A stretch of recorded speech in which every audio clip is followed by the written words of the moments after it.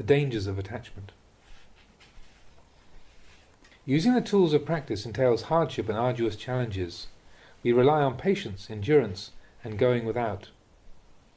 We have to do it ourselves, experience it for ourselves, realize it ourselves. Scholars, however, tend to get confused a lot.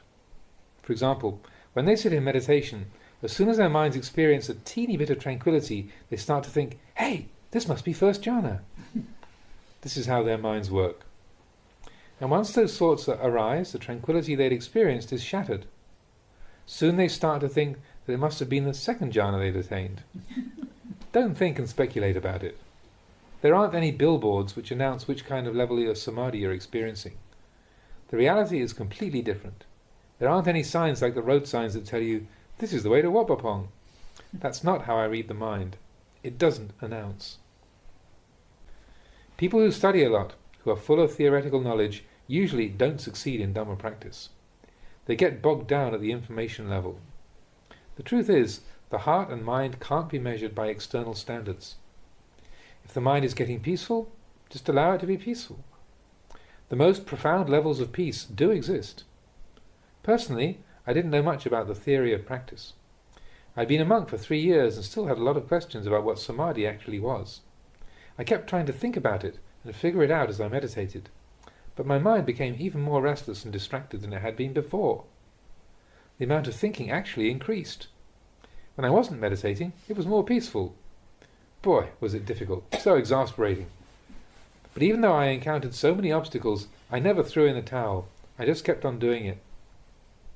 When I wasn't trying to do anything in particular, my mind was relatively at ease. But whenever I determined to make the mind unify in samadhi, it went out of control. What's going on here, I wondered. Why is this happening? Later on, I began to realize that meditation was comparable to the process of breathing.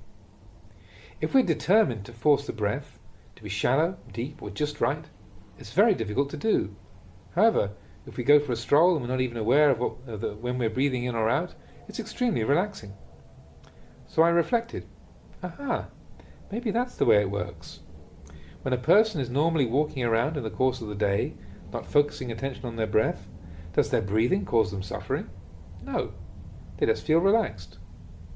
But when I'd sit down and vow with determination that I was going to make my mind peaceful, clinging and attachment all set in. When I tried to control the breath to be shallow or deep, it just brought on more stress than I had before. Why? Because the willpower I was using was tainted with clinging and attachment. I didn't know what was going on. All that frustration and hardship was coming up because I was bringing craving into the meditation.